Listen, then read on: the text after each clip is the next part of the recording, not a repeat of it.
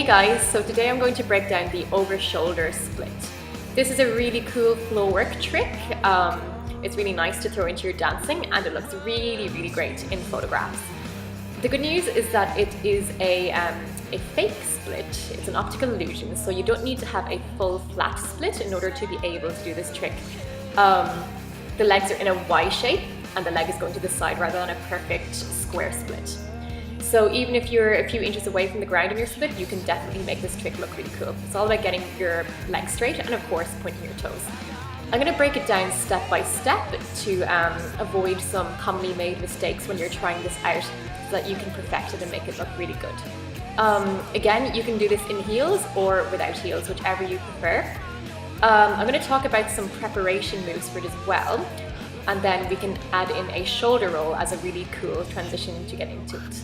So let's get started and we'll break it down. So first off with the over shoulder split, I'm going to talk about getting into it from a lunge position. Now this is a lot easier to do without heels, just so that you're aware. So getting into a lunge, I'm taking that leg out in front, creating a nice sort of 90-degree shape with this leg, which is of course a little bit harder if you've got heels because you've got a bit of extra length here.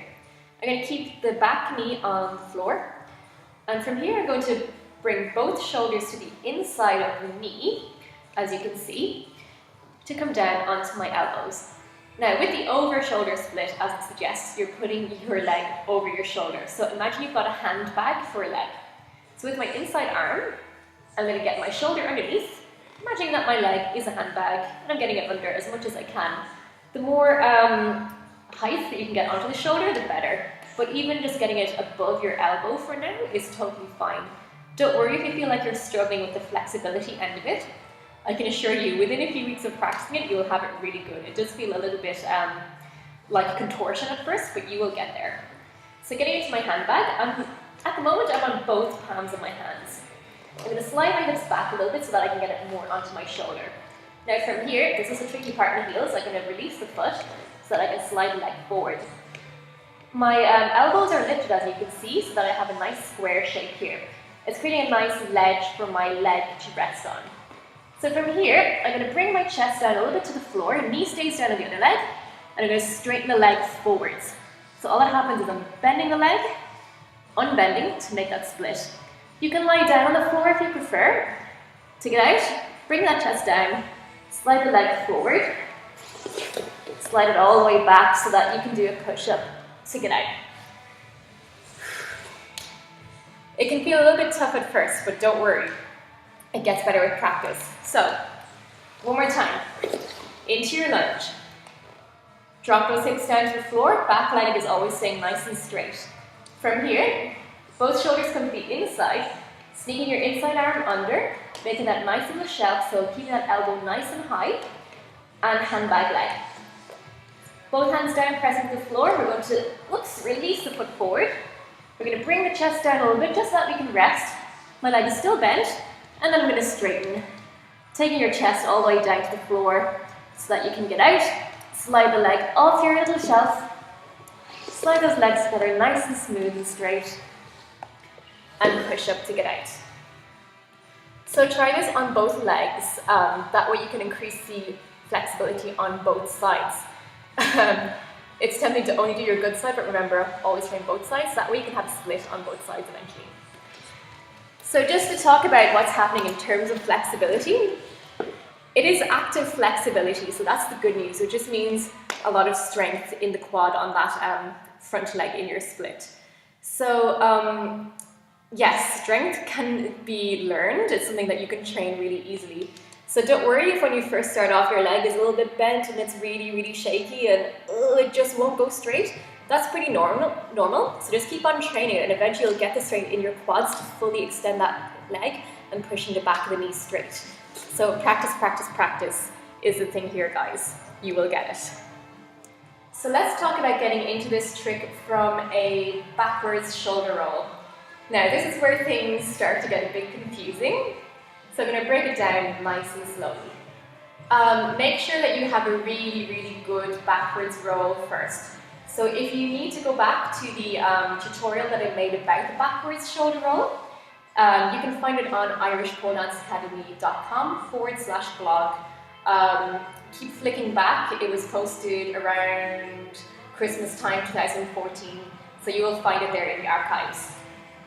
When doing this shoulder roll, you must have a shoulder roll with both legs straight in a pike. If you bend your legs in this shoulder roll, you won't be able to get into your over-shoulder split. So that is a really key point here. So make sure you've got that straight leg one perfect before you attempt this move. So I'm going to get into a shoulder roll, and you do need a lot of space in order to be able to do this move. So make sure you've got plenty of clearance around you. So in my shoulder roll, I'm lying down flat on my back. I'm going to lift both hips up, nice and high into the air, both legs straight. Now from here, decide which shoulder you're going over. I'm making a TP with my left hand, so I'm rolling over my right shoulder. So in this case, if my right shoulder is down, my right leg is the one that I'm planting onto the floor. My left hand is a TP, so that means my left leg will be coming over to rest on the shelf in this case. So rolling over the right shoulder, right foot goes down. I'm going to leave the left leg behind, splitting my legs. Do not bend your right knee ever. So head comes through the gap, as you know. And what happens is I can either bend this leg or I can straighten it, whichever you prefer. It's easier to start with a bent leg when you're learning. Take it onto your shelf, head comes through the gap. I'm going to slide that right leg back nice and straight. And from here, once I've got my knee or my thigh onto my shelf with that left arm, I'm going to extend the leg, sliding my hips back so I can finish in my over shoulder split. And sliding the leg off to get out. So one more time, shoulder roll. Right shoulder down, left hand makes a TP. I'm looking to the right leg goes in the ground as that's the shoulder I'm rolling over. Left leg stays up in the air, now the straight leg. Straight leg comes up and over, it rests on my shelf I've created, so make sure your elbow stays nice and lifted, Spider-Man hand. Dropping your hips down as you slide that right leg back. Hips to the floor, the leg is on your shelf, and then release, sliding those legs together to get out.